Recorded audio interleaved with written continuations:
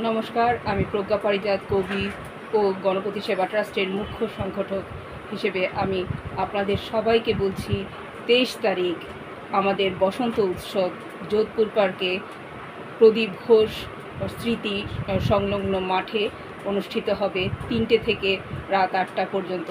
সবাই অবশ্যই আসবেন, যোগদান করবেন, আমাদের সাথে আনন্দ করবেন।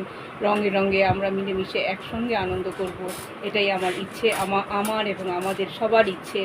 আর সেদিন নাচ হবে, 1000 মেয়ে নাচ করবে, সবাই আমরা দেখব এবং ওদেরকে উৎসাহ দেব। অন্য শিল্পীদের শিল্প পারফরমেন্স আমরা দেখব এবং ওদেরকে উৎসাহ দেব, আনন্দ উপভোগ করব। রঙে রঙে মিলেমিশে আমরা এক থাকবো, একটু আনন্দ করব, এটাই আমার ইচ্ছে। এবং সবাইকে, আমার সমস্ত কবি এবং শিল্পী বন্ধুদেরকে আমি আন্তরিকভাবে আমন্ত্রণ জানাচ্ছি। অবশ্যই আমার উৎসবে, আমাদের উৎসবে অবশ্যই আসবেন এবং আনন্দ করবেন আমাদের সঙ্গে। নমস্কার।